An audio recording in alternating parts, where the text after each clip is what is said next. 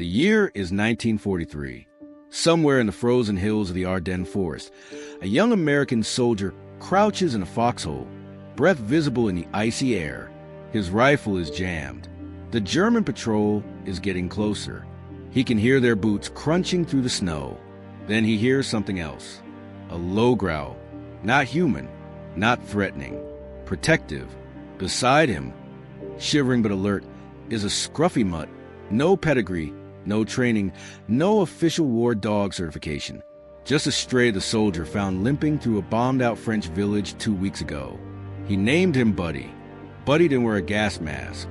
He didn't have a medal. He wasn't even supposed to be there. But in that moment, as the German voices grew louder, Buddy did something extraordinary. He stayed, silent, loyal, ready. Across the ocean, in the war rooms of Berlin, German commanders boasted about their Kriegshund, elite German Shepherd and Dobermans, bred for battle, trained since puppyhood, equipped with specialized gas masks and gear. They were living weapons, efficient, cold, perfect. The Americans? They had mutts, strays, mascots smuggled onto ships in duffel bags, dogs that had no business being on a battlefield. And yet, by the end of the war, it would be these ragtag, untrained, fiercely loyal dogs who would help turn the tide, not through obedience, but through love. This is the story you've never heard, the story of the real underdogs of World War II. Meet Private Danny Fletcher, 22 years old, from a small town in Iowa. He wasn't a hero. He wasn't a decorated soldier. He was just a farm kid who'd never been further than Des Moines before the Army shipped him overseas. Danny had no family waiting for him back home anymore. His parents had passed before the war. No siblings. No sweetheart writing him letters. Just silence. In the chaos of war, surrounded by strangers in olive drab, Danny felt invisible. Another face in the crowd. Another number. Until Buddy. He found the dog in a pile of rubble in a French village that had been shelled to dust. The mutt was limping, ribs showing, one ear torn. Most soldiers would have kept walking. Danny didn't. He tore off a piece of his ration, knelt down, and whispered, "Hey, boy, you look about as lost as I feel." Buddy's tail wagged. Just once. But it was enough. For the first time since he'd landed in Europe, Danny didn't feel alone. Word spread fast through the platoon. Fletcher's got a mutt. At first, the other guys ribbed him. "What are you going to do, Danny? Teach him to fetch grenades." But Danny's sergeant, a grizzled veteran named Kowalski, didn't laugh. He pulled Danny aside one night after chow. "Listen, kid, I've seen this before. Guys get attached. Then the dog gets killed. Or you do. Either way, it ends bad." Danny looked down at Buddy, curled up by the fire, finally warm, finally fed. "I know, Sarge." "Do you?" Kowalski's voice was rough, but not unkind. Because when you care about something out here, it makes you vulnerable. And the enemy, they don't care about your dog. Danny nodded, but he didn't send Buddy away. That night, he lay in his tent, Buddy pressed against his side, and wondered if Kowalski was right. Maybe love was a liability in war. 3 weeks later, everything changed. The platoon was moving through a dense forest near the German border. Intelligence said the area was clear. It wasn't. They walked straight into an ambush. Gunfire erupted from the tree line. Men dove for cover. Danny hit the dirt, heart hammering, ears ringing. Bullets tore through the leaves above his head. And then he heard it, a scream. "Medic! Medic!" It was Private Collins, 20 feet away, pinned down in the open, blood spreading across his leg. He couldn't move. The German machine gun had him zeroed. No one could reach him. Anyone who tried would be cut down. Danny looked at Buddy. The dog was pressed low, trembling but calm. Their eyes met, and Danny had an idea, a crazy one. He pulled a bandana from his pack, tied it around Buddy's neck, and whispered urgently, "Buddy, go. Go to Collins. Go, boy." Buddy didn't move. Danny pointed. "Go." This time, Buddy bolted, low to the ground. Weaving through the brush, the little mutt raced across the kill zone. The Germans didn't shoot. Maybe they didn't see him. Maybe they didn't care. Buddy reached Collins. The wounded man stared in disbelief as a dog circled him, barking, drawing attention, giving Danny and the medic just enough distraction to move. They pulled Collins out. He survived. But something had shifted. Buddy wasn't just Danny's dog anymore. He was part of the unit. And the men started to wonder, what else could these dogs do? News of Buddy's act spread beyond the platoon. Within days, other units started talking. Turns out, Danny and Buddy weren't alone. All across the European theater, American soldiers had dogs. Mutts mostly. Strays they'd picked up in Italy, France, Belgium. Dogs no one wanted. Dogs that had survived the bombings and kept going. There was Chips, a German shepherd mix who attacked an Italian machine gun nest and forced a surrender. There was Smokey, a tiny Yorkshire Terrier who ran communication wires through a narrow pipe under an active airfield in the Pacific, saving construction crews weeks of dangerous work. There was Pal, who warned his unit of incoming artillery. Rex, who sniffed out hidden enemy soldiers. Stubby Jr., named after the famous World War I hero, who became a symbol of hope for an entire battalion. None of them had papers. None had been bred for war. They weren't German shepherds with Nazi efficiency or Dobermans with SS precision. They were just dogs, loyal dogs, dogs who loved their humans. Meanwhile, in Germany, the Kriegsschunden were a source of national pride. Goebbels' propaganda machine showcased them in newsreels. Sleek, obedient, powerful, with custom gas masks and armor, they symbolized the supposed superiority of the Reich. Even their animals were engineered for dominance. But here's what the propaganda didn't show. Those dogs obeyed orders. They didn't choose. They were tools. The American mutts, they stayed because they wanted to. They fought because the men they loved were fighting. There was no manual for that. No training regimen. It was something the Germans, for all their efficiency, couldn't replicate. Love. And as the war dragged on, that difference started to matter. Because wars aren't just won with strategy and steel. Sometimes they're won with heart. By the winter of 1944, the bond between soldiers and their dogs had become undeniable. But it also became a problem. Command noticed. A memo came down from headquarters. Unauthorized animals are not to accompany troops into combat zones. Effective immediately, all non-certified animals must be removed from active units. The order was clear. The dogs had to go. Danny sat in the cold tent, reading the memo for the third time. Buddy was curled at his feet, oblivious. Sergeant Kowalski stood in the doorway. "You gonna follow it?" Danny didn't answer. "Kid, I get it. I do. But this is the Army. You don't get to pick and choose which orders you follow. He saved Colin's life, Sarge. I know. He saved mine. More than once. Just by being here." Kowalski sighed. "And what happens when an officer sees him? You get court-martialed? You get sent home in disgrace? What good are you to Buddy then?" Danny's jaw tightened. He looked down at the dog. Buddy's tail thumped once against the ground. "I can't just leave him, Sarge. I won't." Across the camp, the same conversation was happening in a dozen tents. Some men obeyed. They tearfully handed their dogs over to local villagers or left them at makeshift shelters. It broke them. Others refused. Private Ramos hid his dog, a spotted mutt named Freckles, in a supply truck. Corporal Jennings bribed a chaplain to look the other way. Men smuggled their dogs onto transports in duffel bags, under tarps, inside crates marked medical supplies. It was an unspoken rebellion, a quiet one, but it was real. And the officers, most of them saw what was happening. Some enforced the rules strictly. Others turned a blind eye. A few even had dogs of their own, hidden just as carefully. One captain, a stern West Pointer named Lawson, confronted Danny directly. "Private Fletcher, I'm told you have a dog." Danny stood at attention. "Yes, sir." "You're aware of the order?" "Yes, sir." Lawson stared at him for a long moment. Then, unexpectedly, he crouched down. Buddy approached cautiously. Lawson extended a hand. Buddy sniffed it, then licked his palm. Lawson's expression softened just for a second. He stood. "I don't see a dog, Private." Danny blinked. "Sir, I said, I don't see a dog. Do you understand me? Yes, sir. Lawson walked away without another word. That night, Danny held Buddy close and realized something.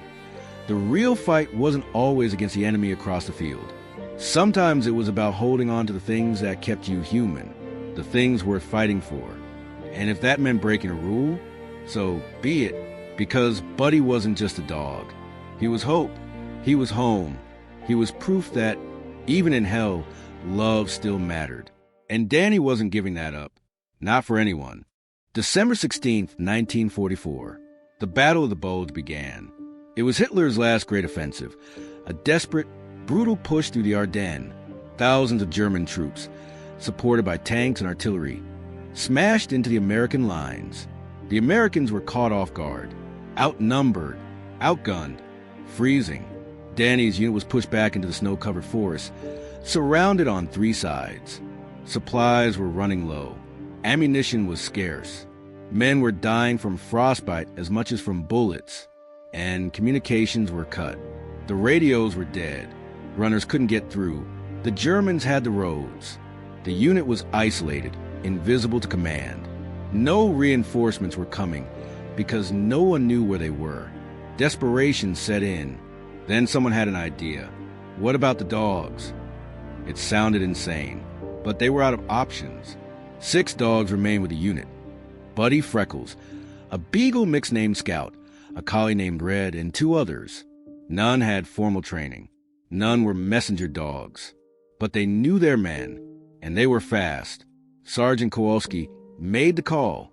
They would send the dogs, each carrying a message canister, back toward friendly lines. Maybe one would make it, maybe none, but it was their only shot. Danny knelt in the snow beside Buddy. The little mutt's breath came out in clouds. His paws were raw from the cold. Danny attached the small metal cylinder to Buddy's collar. Inside was a handwritten note with their coordinates, their status, their desperate plea for help. Buddy, Danny whispered, voice cracking, I need you to run. Run like hell. Find the others. Find help. Can you do that, boy? Buddy looked at him with those soulful, trusting eyes. Danny kissed the top of his head. Good boy. Now go. Go. Buddy hesitated. He didn't want to leave Danny. Every instinct told him to stay. But Danny pointed into the darkness. Go, Buddy. Go. And Buddy ran. All 6 dogs bolted into the frozen night, weaving through trees, across snowdrifts, through enemy territory. Gunfire echoed behind them. Shells burst in the distance. Back in the foxholes, the men waited. Hours passed. Then a day. No word. Some of the men gave up hope. They assumed the dogs were dead, lost, or captured. It had been a foolish plan. But Danny refused to believe it. He'll make it, he whispered to himself, over and over. He'll make it. On the second night, something happened. 30 miles away, at a forward command post, a sentry heard barking. He turned, and there, limping out of the darkness, was a scruffy beagle mix. Scout, collar torn, paws bleeding but alive. The message canister was still attached. Within minutes, the coordinates were radioed up the chain. Within hours, artillery support was redirected. By dawn, a relief column was dispatched. 2 more dogs made it through over the next day. Red and one of the unnamed mutts. Buddy arrived last. He collapsed at the feet of a supply sergeant, barely conscious, hypothermic. But the message was intact.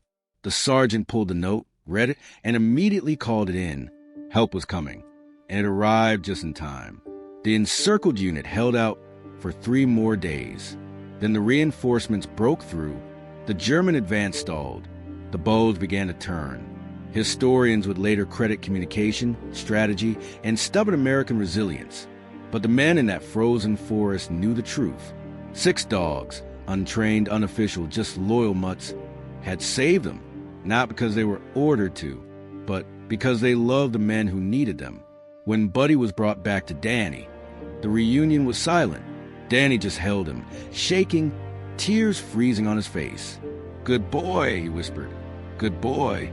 Around them, hardened soldiers wiped their eyes. They'd seen a lot in this war, but they'd never seen anything like this. The war in Europe ended on May 8, 1945. The celebrations were loud, joyous, chaotic. Men wept, kissed strangers, fired their rifles into the air. After years of horror, it was finally over. But for Danny and thousands of soldiers like him, a new fear set in. What happened to the dogs now? Army regulations were clear. Animals acquired overseas were not permitted to return to the United States. They were considered foreign livestock, potential disease vectors. The official policy was to leave them behind, donate them to locals, release them, or, in some cases, euthanize them. Danny couldn't accept that.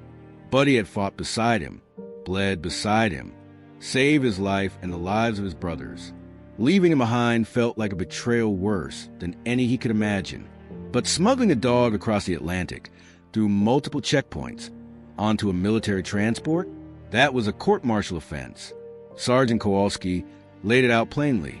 You get caught, Danny, you're done. Dishonorable discharge. Maybe even prison time. And for what? A dog. Danny looked him dead in the eye. He's not just a dog, Sarge. Kowalski nodded slowly. He understood. Then you better be smart about it. The plan was risky. Danny would hide Buddy in a duffel bag during inspections. Other soldiers agreed to help. Create distractions, cover for him, lie if necessary. It was conspiracy of love. On the day they shipped out, Danny's heart hammered as the MPs moved down the line, checking bags. Buddy was drugged, just enough sedative from a sympathetic medic to keep him quiet. Danny prayed it would be enough. The MP stopped at his bag. Open it. Danny's mouth went dry. He unzipped it slowly. The MP peered inside, clothes, a helmet, boots. And beneath it all, hidden under a wool blanket, Buddy slept silently. The MP's eyes met Danny's. For a long, terrible moment, nothing happened. Then the MP zipped the bag shut. Move along, soldier. Danny barely breathed until he was aboard the ship, below deck, in the dim cargo hold. He opened the duffel. Buddy stirred, groggy but alive. Danny held him close. We're going home, boy. We're going home. Around him, in the shadows, a dozen other soldiers quietly opened their own bags. A dozen other dogs blinked awake. They had all made the same choice. And together, they sailed toward America, toward a future no regulation could take away. When Danny stepped off the ship in New York Harbor, Buddy was in his arms. No more hiding, no more fear. The war was over, and against all odds, they'd made it home together. But Danny wasn't alone. Across the country, thousands of veterans returned with dogs. Some had smuggled them like Danny did. Others had been lucky. Sympathetic officers forged paperwork. Blind eyes turned at just the right moment. The public noticed. Newspapers ran stories. Hero dogs of World War II come home. Photographers capture reunions. Scruffy mutts leaping into the arms of tearful soldiers. Families welcoming both man and dog. The images were powerful, undeniable, and they sparked something. Veterans began organizing. They wrote letters to Congress, to the War Department. They shared their stories, how these dogs had saved lives, boosted morale, performed acts of courage that no amount of training could teach. They argued. If we can bring back tanks and medals, why not the dogs who fought beside us? The military establishment resisted at first. There were protocols, health concerns, bureaucratic inertia. But the public outcry was too loud to ignore. In 1945, just months after the war ended, serious discussions began about formalizing military working dogs. The stories of Buddy, Chips, Smokey, and countless other mutts had proven something the brass couldn't deny. Dogs weren't just mascots. They were assets, lifesavers, warriors. By 1942, the K-9 Corps had already been established in response to early wartime needs. But it was the stories of these scrappy, loyal mutts that truly captured the public's heart and validated the program's expansion and permanence. The legacy of those World War II dogs would shape military policy for generations. Today, military working dogs are honored, trained, respected. They have ranks. They receive medals. When they retire, laws ensure they can be adopted by their handlers. But it all started with the mutts, the strays, the rejects, the dogs who had no business being soldiers, the dogs who fought not because they were ordered to, but because they loved, and that made all the difference. Danny returned to Iowa with Buddy by his side. The farm his parents had left him was still there, overgrown and quiet. He rebuilt it slowly, one fence post at a time, one season after another. Buddy was always with him. In the fields, on the porch, by the fire at night. The dog grew older, slower. His muzzle turned gray, but his eyes never lost that spark. The same loyalty, the same love that had carried him through a frozen forest in a war half a world away. Danny married a schoolteacher named Mary. They had 2 kids. The children grew up with stories of Buddy the war hero, though Danny never bragged. He simply told the truth. Buddy had been brave when it mattered most. When Buddy finally passed, Danny buried it beneath an oak tree on the property. He carved a simple wooden marker. Buddy, loyal friend, hero, 1943 to 1952. Years later, Danny would receive a letter from the U.S. War Department, acknowledging the role that unofficial dogs had played in the war. It praised their courage and noted their influence on the K-9 Corps. Danny framed it, but honestly, the letter didn't matter. What mattered was that Buddy had been there, that he'd stayed, that in the darkest moments of Danny's life, a scruffy mutt with no papers and no pedigree had chosen love over survival, and that, Danny believed, was the truest kind of heroism. History loves to celebrate the obvious heroes, the generals, the Medal of Honor recipients, the decisive battles. But sometimes, the most important heroes are the ones we almost forget, the ones who weren't supposed to be there, who had no official role, no uniform, no recognition. The scruffy mutts who just loved their humans. World War II was won by tanks and strategy, by sacrifice and industry, but it was also won by hope. And hope, more often than not, had 4 legs and a wagging tail. The German war machine built dogs like weapons, efficient, obedient, cold. The Americans, they didn't build anything. They just loved what they found. And in the end, love was stronger. Today, when you see a military working dog honored at a ceremony or a retired K-9 walking beside a veteran, remember, it started with mutts, with soldiers who broke the rules because some bonds matter more than orders, with dogs who ran into gunfire not because they were trained to, but because the person they loved needed them. They weren't soldiers. They were just dogs, but they changed the war, and they changed the world. Because courage isn't always about strength or skill. Sometimes it's just about showing up and staying, no matter what. If this story moved you, share it with someone who loves dogs or history. And if you want more untold stories of courage, heart, and the bonds that change everything, subscribe to our channel. These stories deserve to be remembered. Let's remember them together. More untold stories of courage await. Subscribe, turn on notifications, share the story.